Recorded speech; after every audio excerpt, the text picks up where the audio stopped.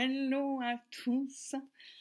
Petite vidéo, j'avais envie de parler de mon parcours, de me livrer. Donc si vous n'êtes pas intéressé, je vous prierai d'arrêter maintenant. Ça va être une vidéo qui va peut-être durer longtemps. Je suis déjà à la 6e prise, donc il y a beaucoup d'émotionnel. J'espère que là j'irai jusqu'au bout. Si vous voyez la vidéo jusqu'à la fin et que vous voyez cette vidéo, sachez que je suis fière de moi. Déjà. Beaucoup d'émotionnel. Ça fait 4 jours que je me retrouve seule. Et là, je suis partie pour 3 semaines. Donc maintenant, à peu près 2 semaines et demie. D'habitude, j'ai toujours soit besoin de repos, mais c'est sur un délai court, genre 2-3 jours. Ou soit j'ai des choses de prévues qui sont planifiées. Et du coup, ça me laisse pas la place à mon mental ou à mes émotions de s'exprimer, d'exprimer l'inconfort. Sauf que là, je suis partie pour 3 semaines, rien de prévu, pas d'occupation, on va dire. Donc du coup, ça laisse place à l'émotion, les peurs, etc. Et du coup, ça tombait à pic pour moi de faire cette vidéo et de montrer ma vulnérabilité et un peu cette partie émotionnelle qui est pour moi très inconfortable parce que j'aime bien montrer que je suis forte et parfaite et que peut-être je vais ressentir des émotions qui vont être lisses. Comme par exemple ma colère ou toutes ces émotions, ma tristesse, ça va être plus facile pour moi de les montrer en privé que de les montrer en public, etc. C'est pas forcément des choses pour moi faciles à accepter. Et, euh, et pour moi, du coup, c'était un challenge de le faire dans cette période-là où je suis peut-être inconfortable dans mon corps, face à mes émotions, de vous parler de mon parcours. Mon parcours fait que j'ai eu l'enfance que j'ai dû avoir avec, avec le sentiment d'avoir été rejetée par ma mère, d'avoir une mère qui m'accepte pas forcément qui je suis je parle de cette phase d'enfance ou d'adolescence, et le sentiment d'abandon vis-à-vis de mon père qui est parti de la maison à mes 7 ans et avec beaucoup de secrets de famille sur la période d'avant, entre mes 0 et mes 7 ans, et, et qui après n'a pas été très présent en tant que rôle paternel. Et du coup, j'ai grandi avec ça, avec le rejet, l'abandon. Et, et donc, du coup, j'ai eu du mal à me trouver et j'étais très dépendante à l'autre, ce qui fait mon inconfort aussi peut-être aujourd'hui. Très dépendante au regard de l'autre, de ce que l'autre pense de moi et un besoin immense d'être dans la relation. Que ce soit avec des amis, avec ma famille ou en couple. J'ai essayé de dompter un peu toutes ces émotions, j'ai essayé d'accepter de vivre dans la vie de tous les jours quand on commence à partir de chez soi, à avoir son autonomie. J'essayais de dompter un peu ces émotions que je pouvais ressentir, peut-être les enfouir pour accepter d'avoir des moments où je vivais seule. Ça, j'ai eu le sentiment de réussir, d'avoir une satisfaction intérieure. J'étais nourrie en fait à l'extérieur, j'avais suffisamment de reconnaissance pour être bien dans ces moments de solitude. Puis, quand j'ai eu l'impression d'être au meilleur de ma vie, je me suis mis en couple. Je me suis dit, c'est pourquoi pas le moment de construire une famille. Donc, je suis devenue propriétaire, je suis tombée enceinte et puis là, je me suis rendu compte que peut-être la relation à l'autre était compliquée et que mes besoins dans cette relation n'étaient pas assouvis, que c'était plutôt un besoin d'être entourée plutôt qu'un réel amour de l'autre, un échange. Un échange dans ce que je donne et ce que je reçois. J'étais pas du tout nourrie, donc la relation s'est très vite arrêtée. Parce que je me suis dit que c'était pas ça que je voulais. Mais du coup, je suis devenue une mère et du coup, j'ai apprivoisé un nouveau rôle où la solitude n'existe plus et en tout cas, être seul n'existe plus. On peut se sentir seul à l'intérieur, mais physiquement toujours avec un enfant ou soit au travail, soit où il n'y a pas vraiment de moment seul face à soi-même, même si on peut ressentir la solitude dans le rôle de mère. Et je ne sais pas si vous me comprenez, mais on peut se sentir seul entouré, mais jamais seul physiquement. Et aujourd'hui, ma fille a 6 ans. J'ai travaillé beaucoup sur moi parce que je voulais montrer, j'ai eu cette valeur de montrer l'exemple, qui me dire j'ai envie en fait d'être heureuse et, avoir une parole correcte, c'est-à-dire quand je dis je sais pas, ma fille d'être heureuse, j'ai envie en fait moi-même d'être heureuse. J'ai en fait, dès que j'étais enceinte, j'ai eu ce désir-là de me dire j'ai envie en fait d'avoir cette parole correcte. Et en fait tout ce que je pourrais dire à ma fille, d'essayer de l'appliquer pour moi, tous les souhaits que j'ai pour ma fille, que j'ai eu envie de les appliquer pour moi en fait, pour donner l'exemple. Et donc j'ai travaillé sur moi.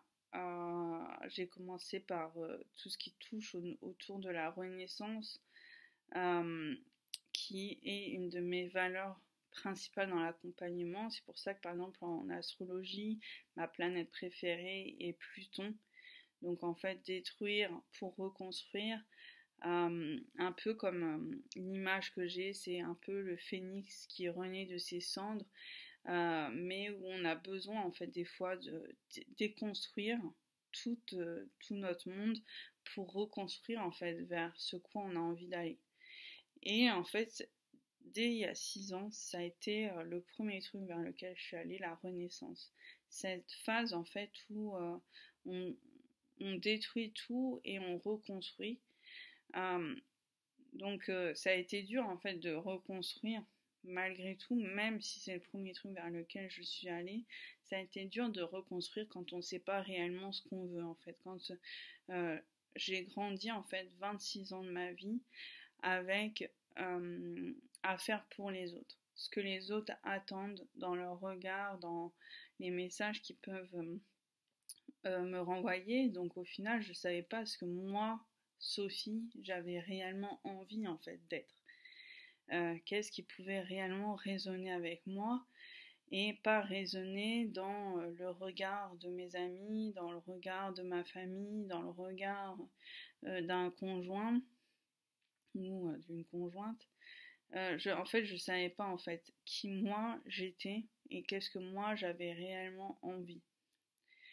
Donc j'ai commencé à aller réellement commencer à faire cette réelle déconstruction en allant travailler dans ma généalogie et me libérer en fait du poids familial et par entre autres la psychogénéalogie. J'ai eu aussi une coach qui m'a accompagnée dans toute cette déconstruction du regard qui a à l'autre, accepter ma partie émotionnelle et, travailler en fait dans tous les points de mon passé en fait.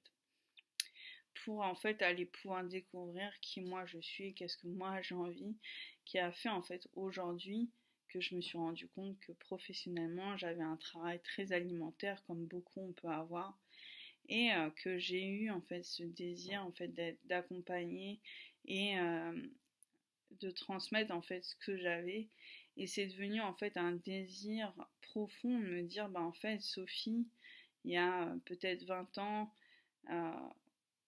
en fait j'ai envie en fait d'accompagner cette Sophie-là et de lui dire, même si aujourd'hui je me dis j'ai eu besoin de toutes ces étapes, de peut-être toutes les souffrances que j'ai vécues pour être qui je suis aujourd'hui, mais j'ai eu ce désir de me dire j'ai envie en fait d'accompagner toutes, potentiellement toutes les Sophies qui peut y avoir autour de moi qui ne savent pas réellement qui elles sont et que peut-être qu'elles ont fait par rapport aux attentes de la société, aux attentes de leurs parents, aux attentes de leurs frères et sœurs, aux attentes de leurs conjoints, de leurs enfants, de leurs patrons, de ce qu'on demande en fait.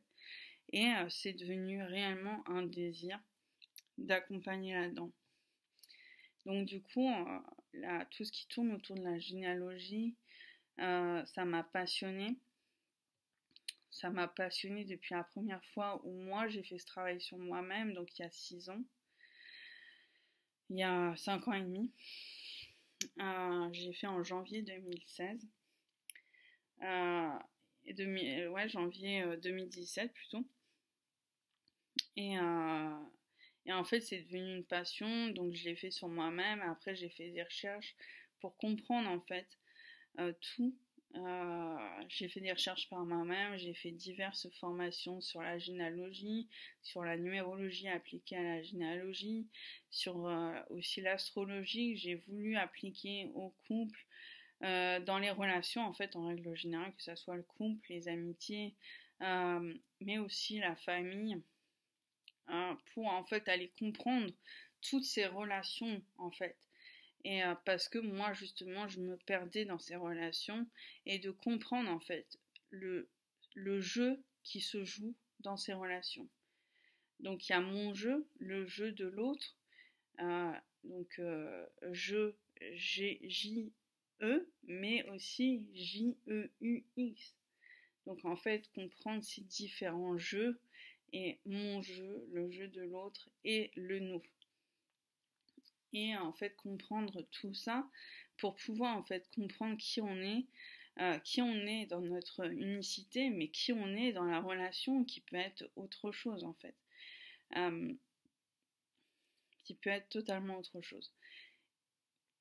Et donc en fait j'en suis arrivée à travailler là-dessus. Donc je suis aussi passionnée par tout ce qui va tourner autour de la géobiologie et la bioénergétique, qui peut travailler sur différents plans, du subtil et aussi tout ce qui va toucher à notre généalogie, à l'histoire de notre âme et l'histoire en fait de ce qu'on va appeler en psychogénéalogie notre progéscence, donc en gros de notre conception à aujourd'hui.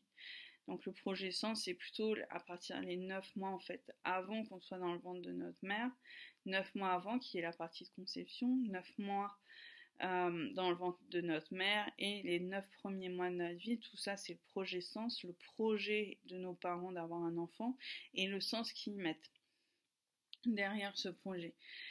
Et en fait, en géobio, on travaille à partir de la conception jusqu'à aujourd'hui, toute notre histoire de vie, tout ce qu'on a pu, toutes les causes et les conséquences que ça a eu. Et ça, c'est quelque chose qui me passionne, sachant que j'ai un peu des dons qui sont devenus innés et naturels et déjà très jeune, je voyais, on va dire, ce qu'on peut appeler un peu la partie sombre de ce qu'il peut y avoir en magie, en fait. Donc, je voyais des entités, et dès que j'étais jeune, quoi, adolescente. Et c'est pas quelque chose d'agréable, mais c'est quelque chose pour moi d'habituel qui a fait partie de ma vie, avec lequel j'ai grandi. Donc aujourd'hui, c'est facile pour moi d'appréhender, de travailler avec ces énergies-là. Le but, c'est d'y mettre de la lumière dans des choses qui peuvent être sombres. Donc les émotions négatives, on peut dire qu'elles peuvent être sombres, comme des énergies peuvent être sombres, comme beaucoup de choses peuvent être sombres en fait. Et donc du coup, j'aime mettre de la lumière là où il peut y avoir de l'ombre. Et c'est une de mes activités que j'aime faire. Donc j'en ai diverses et variées. Mais comme vous pouvez comprendre, tout ce qui va tourner autour de la généalogie, de la relation à l'autre, de l'amour de soi en premier, une fois qu'on s'aimera suffisamment et qu'on aura des bonnes habitudes, bah en fait dans la relation à l'autre ça sera toujours plus simple. Moi aujourd'hui j'ai décidé euh, d'avoir une relation saine avec moi-même pour pouvoir me mettre en couple, et c'est un choix aujourd'hui de pour l'instant ne pas me mettre en couple. C'est un choix personnel parce que je me sens pas assez autonome émotionnellement. C'est pas vraiment autonome, je suis autonome, mais euh, voilà, j'ai besoin de passer encore quelques étapes, même si j'ai déjà pas mal travaillé sur moi-même, mais on va dire quelques étapes pour pouvoir vraiment prendre ma place dans une relation et, euh, et avoir une relation saine et non quelque chose qui va être toxique où il peut y avoir de la dépendance affective. Euh, donc malgré que j'ai déjà très bien avancé, et comme là, cette phase de 3 semaines où je vais me retrouver seule et profiter de ces 3 semaines pour me challenger et continuer à apprendre à me connaître et à devenir autonome face à mes émotions, mes ressentis, ne pas me laisser emporter. Car chaque émotion en fait vient, chaque émotion qu'on peut ressentir vient en fait mettre le doigt sur quelque chose qu'on doit travailler. Donc en fait on peut se laisser happer par l'émotion et comme par exemple la tristesse, on peut être triste, laisser la tristesse, vivre la tristesse et un peu les larmes qui peuvent couler, et puis après on travaille dessus, on accueille, on travaille dessus, et puis après demain en fait ça va mieux, et puis cette tristesse est passée. Mais on peut laisser la tristesse sans forcément y mettre un autre regard, prendre de la hauteur dessus, et puis que ça finisse à une dépression ou un burn-out parce que ça a traîné pendant des jours et qu'on n'a pas mis un autre regard dessus, on n'a pas laissé vivre cette tristesse et cette émotion. Et du coup, moi, j'ai accepté de vivre ces 3 semaines, d'accueillir chaque émotion qui pouvait venir et y mettre à chaque fois un autre regard pour atteindre une autonomie émotionnelle et affective par rapport à moi-même dans ma relation que je peux avoir avec ma fille ou avec mes amis ou avec ma famille, et atteindre cette autonomie et peut-être ne plus être dans la dépendance dans mes relations. Donc voilà, donc je pense que j'ai parlé de beaucoup de choses. Ça a été important pour moi de faire cette vidéo, donc pour les personnes qui l'ont regardée jusqu'au bout. Je sais qu'en règle générale mes vidéos ne sont pas forcément regardées jusqu'au bout, mais c'est pas grave. Moi c'était un but pour me faire du bien, comme un peu une thérapie personnelle, de me libérer par la parole. Ça a été un appel du cœur de la faire, sans jugement, et c'est pour ça aussi que c'est important pour moi de les faire d'une traite et de laisser vivre ce qu'il y a à vivre et de laisser dire ce qu'il y a à dire sans être forcément dans le contrôle, d'accepter mes tics ou mes tocs verbales ou peut-être physiques, de bouger et de pas forcément être face caméra, regarder la caméra, mais d'accepter ça. Et c'est plus dans un but de moi-même me libérer et d'accepter que cette vulnérabilité face au regard de l'autre, plus que dans un, voilà, c'est dans un premier temps purement égoïste. Après, si ça peut aider certaines personnes qui la regarderont jusqu'au bout, c'est quelque chose qui me fera aussi plaisir. Donc voilà, je vous dis à très vite et plein de belles choses pour cet été, pour en tout cas la fin d'année qui arrive.